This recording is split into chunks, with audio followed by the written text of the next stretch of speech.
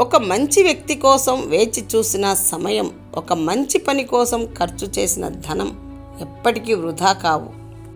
నిన్ను నువ్వు ప్రేమించుకోగలిగినప్పుడే నీతో ఉన్నవాళ్ళు వదిలి వెళ్ళిపోయినా అంత బాధ ఉండదు.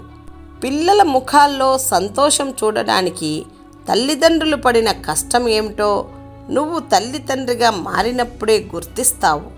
అందరూ ఒంటరిని చేసి వదిలేసినా నువ్వు మాత్రం దైవాన్ని వదలకు. మనిషి బలం కన్నా దైవబలం చాలా గొప్పది. నిన్ను నువ్వు ఫాలో అయిపో, తర్వాత నిన్ను తప్పక నలుగురు ఫాలో అవుతారు. భగవంతుడు ఈ పుట్టుక మనకు ఇచ్చింది మనకి నచ్చినట్లు బ్రతకమని, ప్రక్కవాడి మెప్పు కోసం బ్రతకమని కాదు.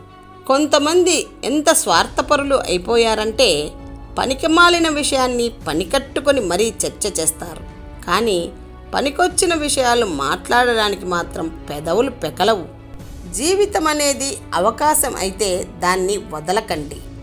జీవితం అనేది బాధ్యత అయితే నెరవేర్చండి. జీవితం అనేది ఆశయం అయితే సాధించండి. జీవితం అనేది సమస్య అయితే పరిష్కరించుకోండి. జీవితం అనేది కష్టమైతే తట్టుకోండి.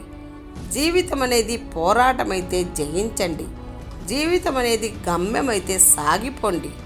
పరిస్థితులు ఎప్పుడూ మన ఆధీనంలో ఉండకపోవచ్చు, కానీ ప్రవర్తన ఎల్లప్పుడూ మన ఆధీనంలోనే ఉండాలి. దానం చేసిన తర్వాత మనసు నొప్పించడం కంటే మంచి మాట పలకడం, క్షమించడం ఎంతో మేలు. ఆకాశమంత కాగితం పైన ఇసుక రేణువులన్నీ అక్షరాలైనా సరిపోవుగా అమ్మను పొగడాలంటే. కోరి వచ్చిన వారిని చులకనగా చూడకు, వదిలి వెళ్ళిన వారిని రమ్మని పిలవకు. అన్ని వ్యసనాలలోకెల్లా అనుమానం అతి భయంకరమైనది. తాను భరిస్తూ ఎదుటివారిని సైతం బాధిస్తుంది. అనుమానమే పెనుభూతమైతే నీ నీడ కూడా నిన్ను భయపెడుతుంది, బాధ పెడుతుంది. నచ్చిన వారితో బ్రతకాలని అందరికీ ఉంటుంది, కానీ ఆ అదృష్టం కొంతమందికే ఉంటుంది. నిజం నొప్పినిస్తుంది, అబద్ధం ఆనందాన్ని ఇస్తుంది, కానీ నిజం ఇచ్చిన ప్రశాంతత అబద్ధం ఎప్పటికీ ఇవ్వలేదు. నువ్వు ఎంత మంచితనంతో బ్రతుకుతున్నా కూడా నువ్వు చేసే ఒక చిన్న పొరపాటు కోసం ఈ లోకం ఎదురుచూస్తూనే ఉంటుంది.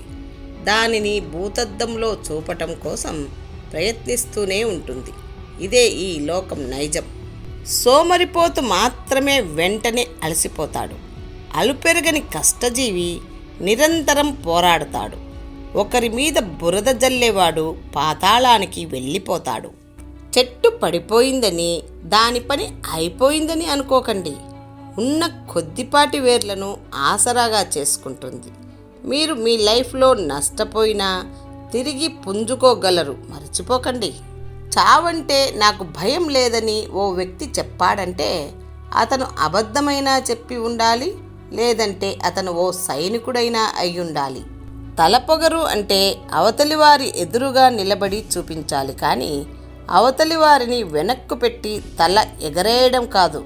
పట్టుదల అనే సారవంతమైన భూమిలోనే విజయం అనే మొక్క మొలుస్తుంది. ఒకరు గెలిచినప్పుడు ఇచ్చే ప్రశంస కన్నా ఒకరు ఓడినప్పుడు ఇచ్చే ఓదార్పు మిన్న. తలుపు కంటే తాళం చిన్నది, తాళం కంటే తాళం చెవి చిన్నది.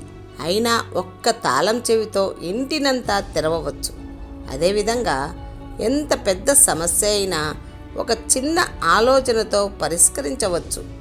ఆడది మగాడికి లొంగకపోయినా డబ్బుకు లొంగుతుంది.